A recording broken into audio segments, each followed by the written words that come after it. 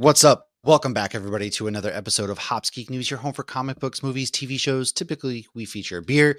Now, another great creative. We got a friend, man, a homie, a family member, if you will, back who hasn't been here for a little while, but you might have seen him on our MegaCon adventures.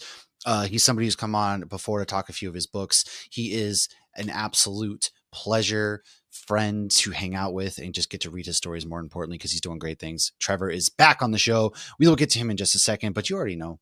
I'm going to let you guys know real quick. I picked a themed beer for today, so you get to hear all about it. It's from Afterglow Brewing. It is called Brain Science, actually. It is a nice IPA, but I chose it. Number one, the artwork is cool. It reminded me of the really cool artwork from the comic book issues Rise that we're going to talk about today. Number two, Brain Science. Trevor's wicked smat, as I'll say, and then he loves to incorporate some of really cool stuff into his Rise comic that we're going to get to in a second. So, Lauren, I'm going to throw it to you real quick. What you got going on over there? So I'm like terrible things get lost in my beer fridge sometimes. So I found one you sent me from Common Bond, who we've had on Wow. before, and it's a Southern Cross Pills. Well, I wanted something light and I wanted something small, and I'm drinking it in my Nerd Initiative That's what she glass. said. And I've paired it with one of the comics I reviewed today. Well, came out today, so this is in the past now. Helverine, absolutely loving this Oh comic my because God. is there a better common bond than beer and comics? Okay, I'll At the give you end of that the one. day? You saved it. I'll give you that one. Boo her off the Okay. stage. The music's playing. Anyways, Why is the Trevor, music what's up, playing? my Because it's mans? another It's Wolverine comic? been a It's hot minute. Dakin. It is. I haven't read that yet, but yeah, dude, Trevor, it's been a minute. We last saw you at MegaCon last year. Mm. Didn't this year you've been traveling the world. So why don't you go ahead and fill the people in as to who you are, what you do, where you've been, maybe your social security number if you want, because that's already public info these days, anyways. And how's it going, dude? I'm great. It's great to see you guys. It feels like it's been a lifetime, but It doesn't yeah, at the same time, though. It almost feels like we Yeah. literally were hanging out like a This month ago past almost. MegaCon, not Yeah, over a it year doesn't ago. feel, it feels like a long time, but it doesn't feel like a long time. And I like to, just to the friendship that we've made, man. oh man, I appreciate that. Yeah, it's been a crazy couple of months. I mean, end of 2024 was traveling all throughout Europe, vandalizing people's comic books, and Hell yeah. early January, got to be a guest at Fan Expo in New Orleans and announce a new project. Since then, just kind of as I've been home for the last month and a half, which has felt That's like gonna be nice. forever. You're not one to be home. You're always on the go. So how is that? It stresses me out. It stresses me out. I feel like when I'm home, I'm not really moving fast enough, and I don't know. I think maybe I developed enough of a shorthand while I was on the road where I might even be more productive on the road now than I am when I'm home. You've gotten your groove on the road. Yeah, and Yeah. it's just you're forced into like I either write now or I can't. And when I'm home, I mean, I'm forced to deal with more logistical elements, but it's also like I can I guess my brain feels more okay zoning out, and it just becomes a little bit harder to focus. More distractions at home too. For Yeah. sure. Yeah. So I do miss that, and it is maybe driving me a little insane. I'm absolutely itching to breathe that dry airport air and get back on the road. Which You will miss happen. TSA. Less them, maybe a little bit You less miss them. airport bars. Yeah. Yeah, the overly expensive airport bars I for mean, who sure. doesn't want a $12 I Bud love Light at airport 8 in the morning? because yeah, you Mm, can. There's no rules, man. Like they're at home, if you're frowned upon if you crack a beer open at 8 in the morning from the fridge, but at the airport, it's just normal. that's No, the true. kids are like, Mom, you got to take us to school first. Yeah, I am rather invincible in an airport, aren't I? Uh, but yeah, no, just really trying to get ready for the rest of the year and get on top of some forward planning. It's looking like I'll be in Europe for about a month and a half at the end of the year, so it's That's going to awesome. be a really extensive extravaganza. I'll be signing at MCM in London and Thought Bubble and popping out, Dang. popping out to Paris to sign at a few shops out there, and maybe something in Scotland. That remains That's to be cool. seen. So, Yeah, just I need kind to of come work for you. That's what I need to do. I need to well, on account of I am one of the few publishers that pay my artists on time, I don't know how much I have to give you, but You pay you me in know, experiences. That's all I need. There we dude, go. I will give Friendship you and Guinness. I can give you so much Ooh. friendship. It's money less so, friendship Maybe depending how long we're gone, I miss my wife. Maybe a little snuggle at night. Well, no, who knows? listen, I am a great big spoon. There you Great. go. I prefer the little spoon as it is. But, speaking of a lot of this stuff, and you've been home, we're going to talk Rise, but I Mm, think I want to dive into a little bit of your new project that you announced. yeah, What can you tell us about this new project, man? Because I know you crush it in the superhero realm, but you got yeah. some other good stuff coming up, and I know it's going to be great.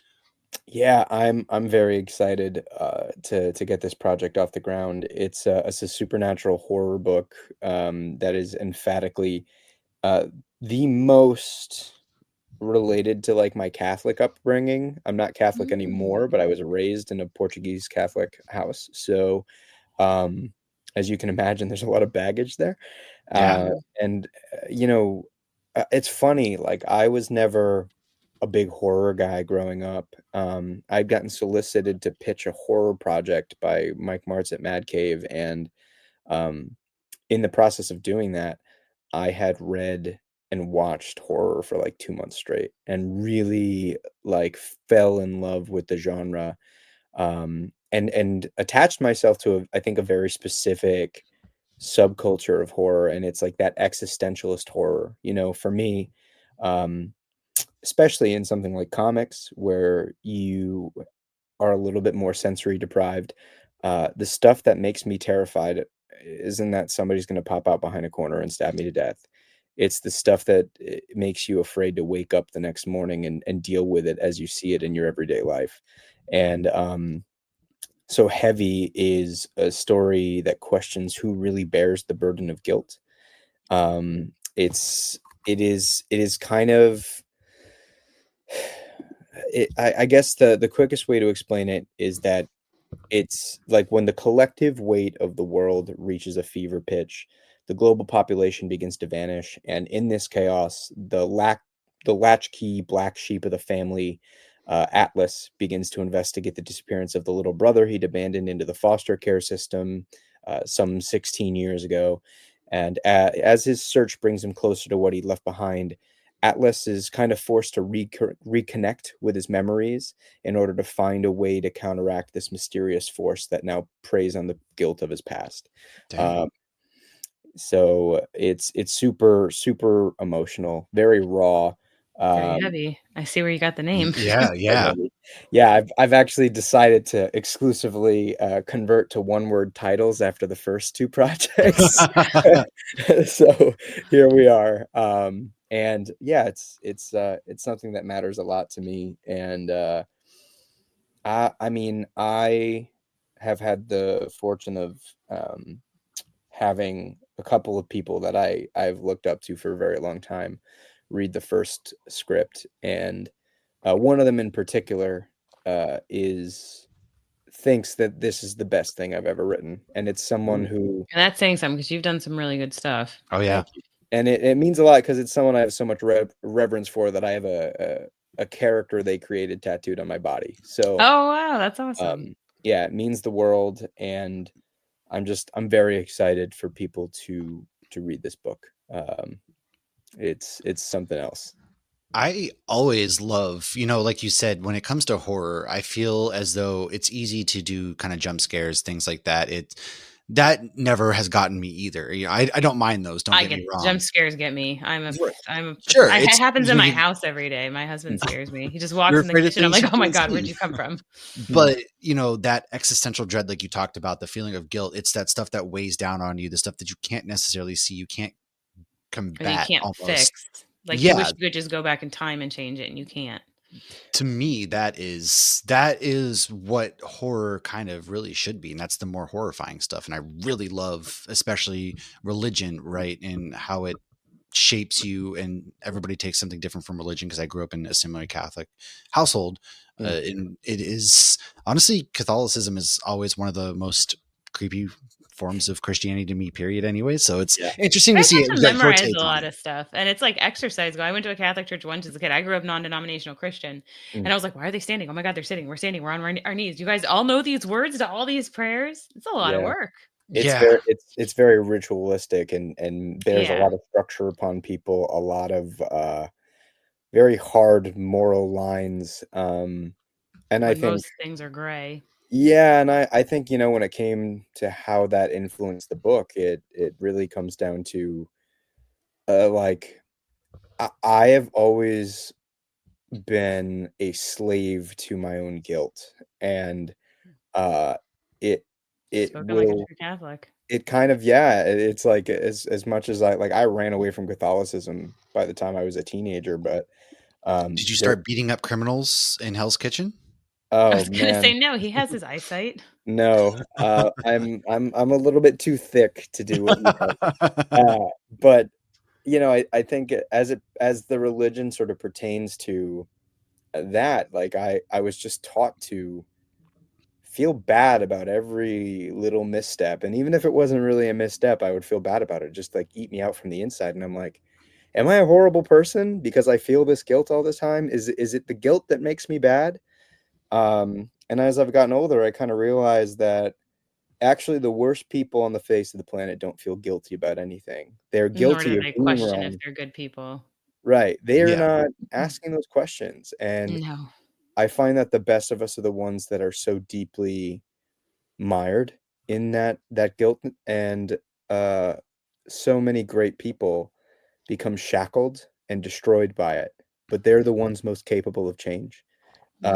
And that's really where this story comes from, is me wrestling with that, and just telling a story about one brother getting to know the little brother he left behind through their shared trauma. um Mhm. And yeah, I mean, this is maybe the most personal of my stories yet, and I think it is just the most raw story I've gotten to tell so far. Well, what a beautiful way to be able to express those emotions. So how many issues do you expect? Do you have it mapped out from beginning to end? I know where the story goes. I think I'm really, really bad at being one of those guys who looks at the shape of the story and goes, "This is exactly how long it's gonna be." Right, you gotta I let have it develop I organically. I have never been right. I have absolutely never been right, like, at the onset, and I'm trying to find that balance now in my career where I look at a story and have an idea, but I don't wanna be a slave to Well, because structure. yeah, I was gonna say, then you feel like now you have to stay within those confines, and I know Mm. for me personally, that's just gonna make me wanna do the opposite. And I So, think Right, it can be counterproductive. a lot of stories lose their poignancy when, yeah. they feel like they can only fulfill so much space. And I think sometimes a story will tell you how much space it needs. Now, like, your instincts as to, you know, when that is going to be the case or not, have to be developed. But I think, I've done that part enough times where I think some of my better stories are the ones where I was like, oh, this actually needs a lot more than I thought it did in order to be its best self, right? Like Minutes to Midnight was supposed to have 6 stories and it had 4 because 2 of them doubled in size. And those 2 Mhm. stories ended up being like 2 of the most critically successful things I've ever done. You know what I mean? Like Reflections and Other Little Devils was going to end on the page where it's like a low angle shot and you see his ex-wife's legs like hanging over the countertop, and I was just going to leave it there. Or like Time Fleeting War Immortal was going to end with the 2 old men shitting on each other on the internet, and actually the best part about that story is everything that comes after that. Yeah. So it's really, actually, it kind of stresses me out a lot because I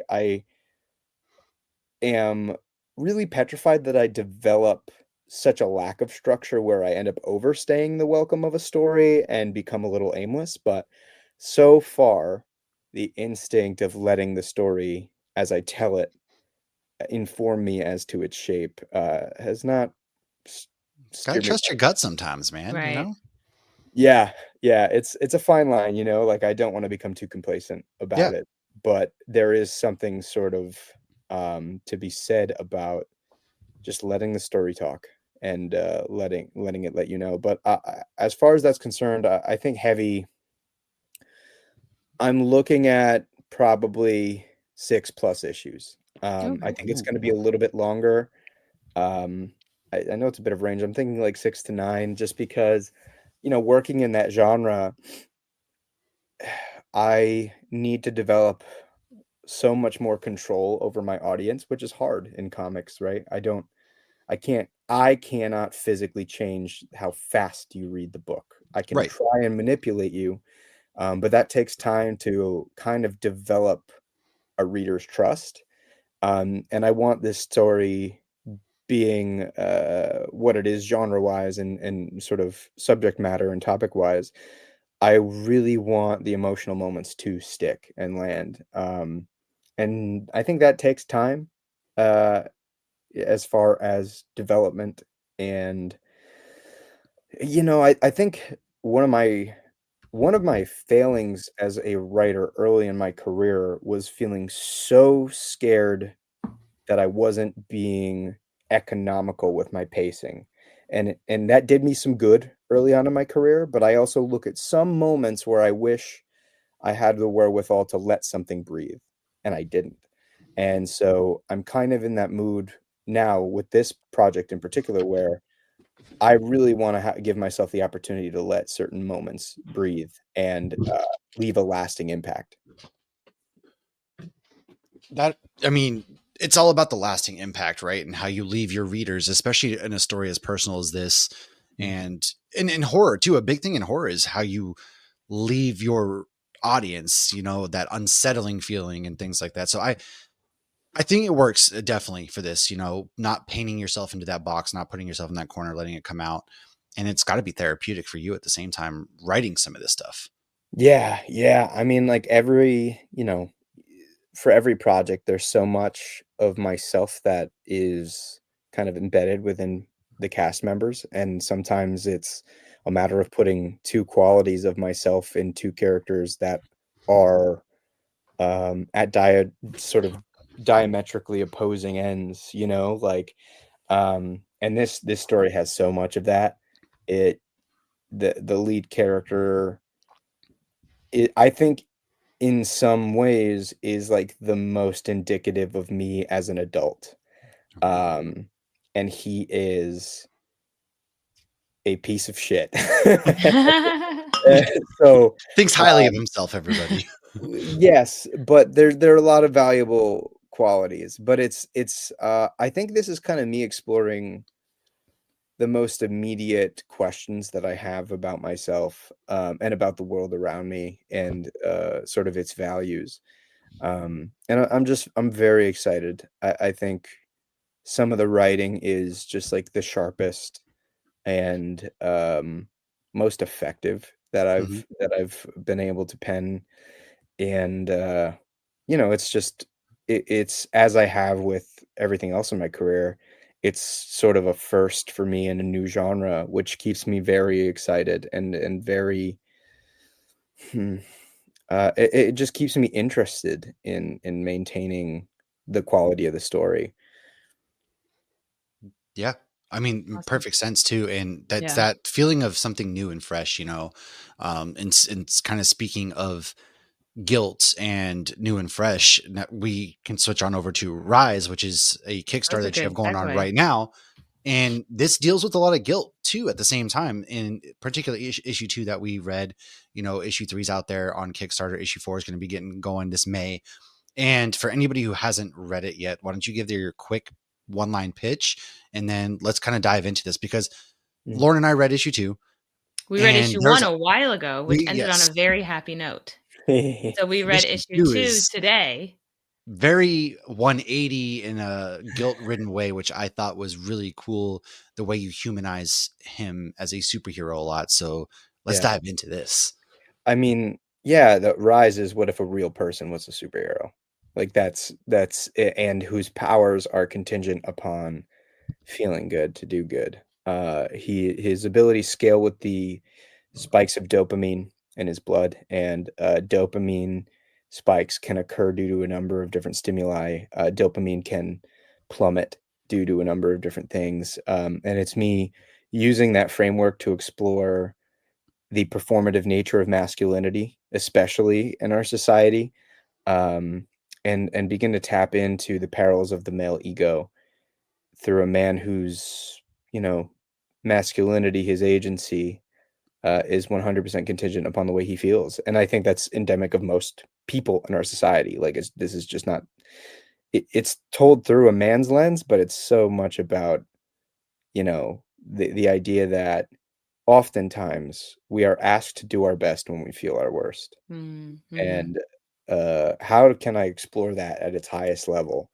Well, this guy being able to do his best when he feels his worst can be the difference between life or death for millions of people. Mm-hmm. So not only is he dealing with his internal sort of response to performing or not performing, but there are stakes. And Yeah. that is a massive emotional and psychological stressor. So yeah, this is a story that I said I would never tell, in that it's an independent superhero project. And I think it existing speaks so much to how necessary it was that I tell the story in the way it is, because despite my own reservations, I had no other way that I felt like this could be packaged. And I mean, I've also been very fortunate to have an incredible collaborator in Ryan Best, who captures the the dynamics of big superhero action, but at the end of the day is going to sell you on these characters existing and having real feelings in this two-dimensional space. Like they're people, they're emotional entities, and that I find is maybe the most important visual element to this story. Yeah. Go ahead, Lauren.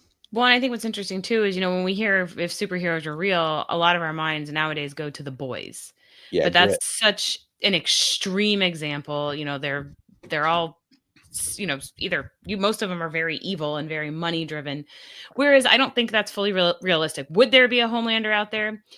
Based on current events, I would say yes. However, I feel like it's more likely that you would have somebody like this who's just like struggling to want to do good and can still hear those negative thoughts, and those negative thoughts, drain him, and who is still human. And like you definitely found a unique spin on a superhero, because yeah, we've heard every superhero story we thought, but now, I love that we're getting into this world where it's not just, Superman good, Lex Luthor bad. Yeah. And those stories have become a little more gray over the years, but this is truly a good human who is still human, who still messes up. Like, we're all flawed. And so it's really and truly, I feel like you captured it. And I don't want to say, it's up to you if you want to say like how this one started, that I like literally like I had to go back. I'm like, wait, didn't it end like happy? It wasn't like Yeah. this. And like, because I remembered the ending where there was a proposal and all that. So I had to go back and double check to make sure I didn't remember that incorrectly. Yeah, no, go for it. I mean, issue 2's been out now for quite a few months. But and you have 3 is in the Kickstarter right now. Yeah, so late pledge is available on the Kickstarter. So the traditional form of the Kickstarter is done, but we've left a couple of items up and available for a late pledge before we go to print. So I always encourage people check it out. You can still grab some bundles for catching up both digitally and physically. These are 40-page issues. They're quite large, and the print quality is very, You get very your money's worth, I can say, especially from Ryan's, his artwork too is Yeah, the artwork's beautiful. phenomenal. You feel as though you can feel the wind, blowing the cape, for example. And then, it's very a couple little humanized. spicy scenes I too. mean, you're talking about the closest. I mean, he's a human at the end of the day, and humans have needs. Only he succumbs to more of the, not for nothing. Our hero of the story finds himself cheating on his wife, essentially. And Spoilers. so I think bringing that aspect into something is there's a very big temptation factor. Like, what if you are the world's Superman? You both have to hear people criticizing you, but then at the end of the day, you are a superhero. So there are obviously going to be temptations out there. And only he's worst critic. he's his own worst critic, but at the same time, he also chooses the temptation that is hurting somebody that he's tried to save at one point. And so I think even putting that layer on it. So this story's got layer Well, and on layer on you get layer. flashbacks and all sorts of stuff. Yeah. Yeah, it's the way you did that was extremely clever with issue 2, and I can't recommend those since they've been out for people. And issue 4, you're getting ready to May, is that right? So yeah, so issue 3 should be in readers' hands sometime in May. Issue 4 will be kickstarting probably in June. Okay. And yeah, I mean, like issue 3, I mean, if you guys happen to poke onto the Kickstarter, I mean, you see right off the bat, like Ryan is doing the best work of his career by a landslide. Like the art in issue 2, when he takes over colors, is great. What he does in issue 1 is great. What he's doing right now, like it's some of the best art in superhero comics. Like I don't care if you're indie or big two or whatever. Mhm. Like No, it's legit. It really is Yeah, some no, of the best it's artwork up there, I've yeah. seen, and whether you're pro, whether you're indie, whether you're DC, doesn't matter what Yeah, company. X-Men, anything, yeah. This literally has some of the most stunning artwork that I've seen in a comic book. I would put what he's doing up against almost anybody. Like I don't care how big of the name, I don't care how big the reputation, and he's doing it while he's just not pulling punches on any form. I mean, like we're taking big compositional swings. You know, you look at Yeah. the first art page for issue 3 on the Kickstarter. You know what I mean? The way we're using like the shape of the eye as John's awakening from his coma after spoilers being exploded. By a nuke. Yeah, by an actual hydrogen bomb. Or, you know, there's another like double page spread where he's kind of he's putting himself in a position to go back out on the street before he's really ready, and you sort of have this tapestry uh of intrusive thoughts woven throughout the folds of his cape as he overlooks the city. I mean, Ryan is really finding that rare sweet spot between being unapologetically a superhero book while also being like incredibly dramatic and emotional. And also like his cover work has just been blowing me out of the water. I mean, the wraparound cover he did for 2 went literally went viral. The wraparound cover he did for 3 is incredible, and the one he's going to be doing for 4, I think could be the best one yet. Mhm.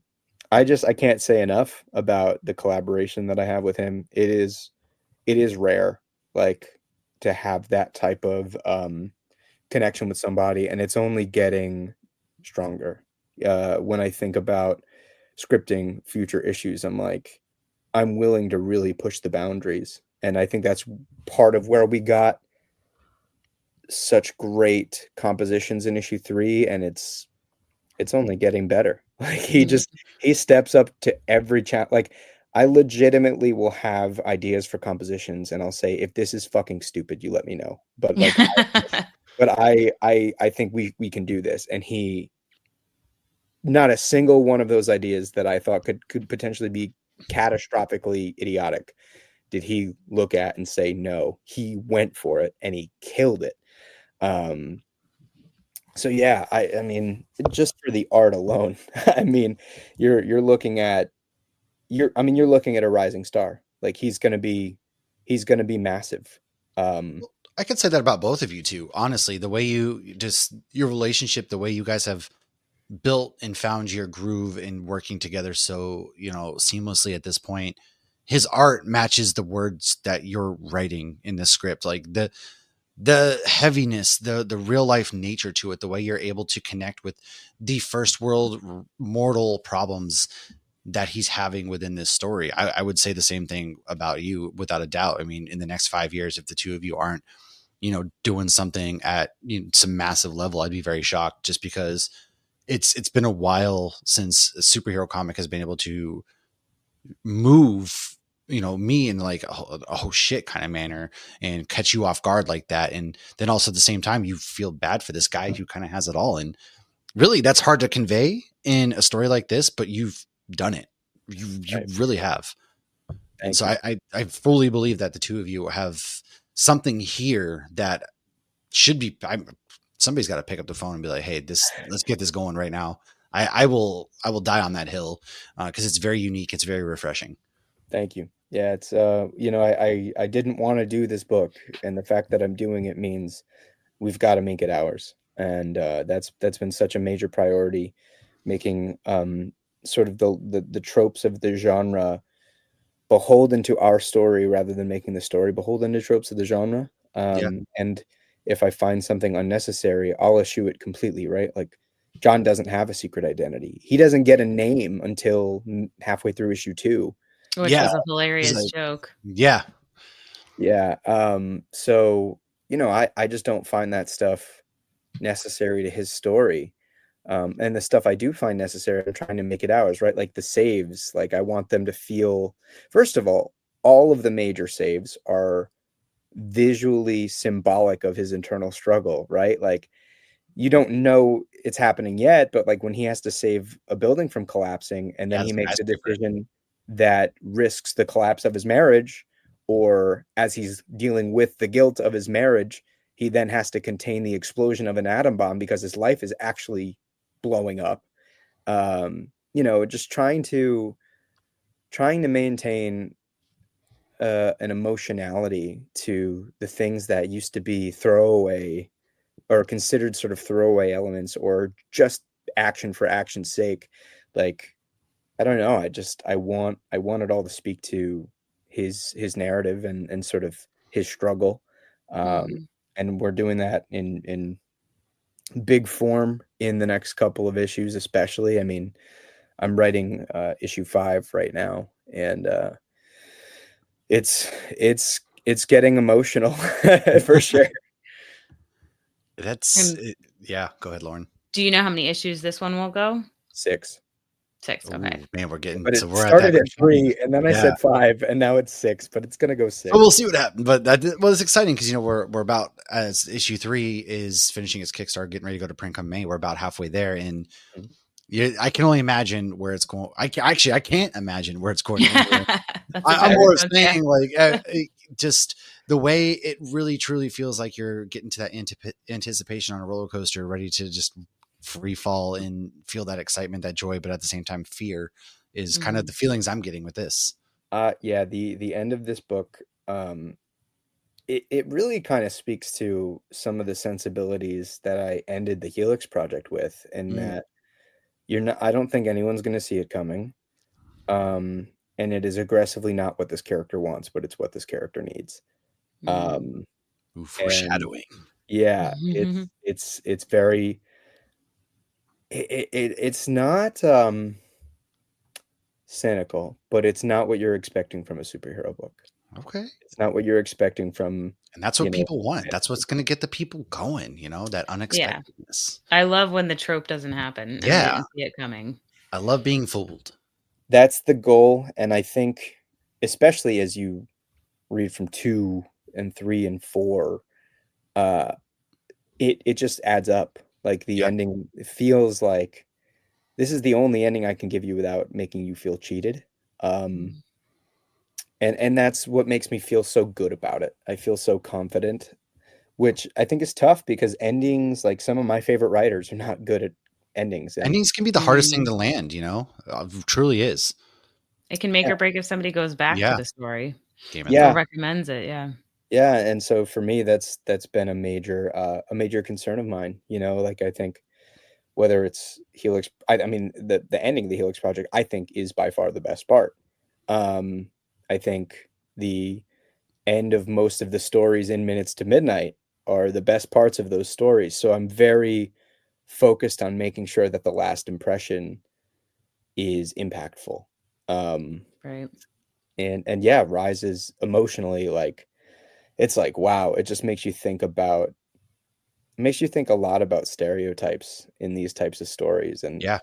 um, why I think in this one it was so necessary to dismantle. Yeah. For sure. And so as we kind of start to wrap up here, I know that we've got the end of the year. You said you're going to Europe. What do you have going on in between? And then where can people find you? Yeah. Well, I'm sure this goes out after that, but I'll be at the Indie Comics Creator Con in my home state this weekend. But April, I will be guest at the Calgary Expo. It's a fan expo show in Western Canada. It's one of my favorites. Calgary, Um, nice. I think in May I might be a guest at Fan Expo Philly. Just waiting to hear back from them, because I'm kind of now at a stage where I'm trying to get more of the guest opportunities than like the Artist Alley opportunities. Yeah. You realize that with a lot of these pop culture shows, people don't really look for comics people in Artist Alley anymore, which is It's a really, No. interesting. Yeah. like, I mean, when I first met you guys like walked past me like 4 Well, times. because Yeah. MegaCon, the way they We had were Artist looking for Alley was you. just like we were actually, yeah, we were literally looking for you at the same Yeah. time, Yeah. which is even Yeah, crazier. so I mean, I just think it unfortunately speaks to a shift in the industry. So, um, waiting to hear back on that. June I'll be at Heroes Con. July I'll be in San Diego. August, Ooh, Terrificon, Matt my might be in hometown. San Diego. Yeah, San Diego's fun. I did it for the first time last year, and it was That should be, bonkers. yeah. Yeah, one of those shows where it's like, if you're not bringing like liquid IV, what are you doing? Um, but yeah, so August Terrificon. September, I might be in Edmonton, Canada, and then October, New York at the beginning of the month, and then I fly out to London at the end of the month, and I will be in the UK from end of October to like early December. Oh That's wow. awesome, man. You'll That be is there awesome. when the Christmas decor goes up. Yeah. Yeah, it's beautiful. I love Ooh. like the festive season in the UK. I mean, really in Europe, but in the UK, I think it's pretty cool. It's a good It's time to be there. Yeah, really, really beautiful. I've really just enjoyed the last 2 years of being able to do stuff like that. I mean, Yeah. meeting a lot of different people, experiencing life in a different way, and it's like, I mean, the first year it was great, but a very uncomfortable experience because I'm doing it alone. I'd never been to any of these places, but returning, it's like, oh, now I can just focus on the cool stuff. Like Yeah. there's Right. nothing to be scared of, because it's not. There's enough new to experience without feeling like lost in it. Sure. And yeah, it just makes me very excited to go back. Obviously also with everything going on in the US, I'm not terribly mad about not being in it Yeah, for no kidding. Yeah, no kidding. so Be a good time to yeah. stay over there. Just move over there, get dual, go get citizenship, and you're good. Yeah, I actually, funnily enough, I had a conversation with a friend of mine while I was in London, and I was like, "Oh, I'm a Portuguese citizen. I should probably apply for my EU passport. Like that would Yeah. just be great for me." There you Um, go. but yeah, as far as the comic stuff goes, just I'm excited to get Heavy off the ground and be releasing issues of Heavy and Rise in between one another. And I'm looking. Well, we are in the early steps of publishing like an art book for Ooh, Ryan. So like Oh, nice. that's Watch cool. That's Press, awesome. yeah, producing like a Ryan Best artwork, like a proper art book, and I'm hoping we'll be able to kickstart that by the end of the year, because he's got like a little art book with like old stuff, but I mean, he's taken such a massive step forward in the last couple years, and I Hmm. think obviously I have the resources and the experience to make sure that we can produce a really beautiful product. Yeah. So yeah, that's going to be another fun thing to look out for. Dude, you got so much going on, man. And, it's always a good time getting to chat with you. I can't wait to do it again already. Same. Lauren, do you have any final thoughts, questions, any of that before we wrap up? No, just everybody knows all the links are in the show notes. Thanks to Matt, and head to Kickstarter and head to And those if they're socials. not, then thanks, Lauren. No, I'm just kidding. If Now they're you not, have then to, it's my because I fault. said Yeah. it. They always are. He does a good job with it. I do my But yeah. best. We try our best, but seriously, dude, thank you so much. Everybody needs to be picking up these books. If Trevor's name's attached, if Ryan's name's attached, you're in for a good time. Either if it's both of them, if it's one of them, it's worth opening up the pages and checking them out. So make sure you guys go do that. Trevor, as always, man, it's a pleasure. We love you, and we can't wait to talk to you again. Oh man, it's been such a joy being back and reconnecting with you guys. So thank you for opening the space. Always, dude. Everybody else, go subscribe, like, share, follow. And you know what? This will probably be out Friday. So go see this man out there at the Indiana Comic Con. And if not, then you messed up. I don't know what to tell you. But go see him. We'll see everybody next time. Cheers.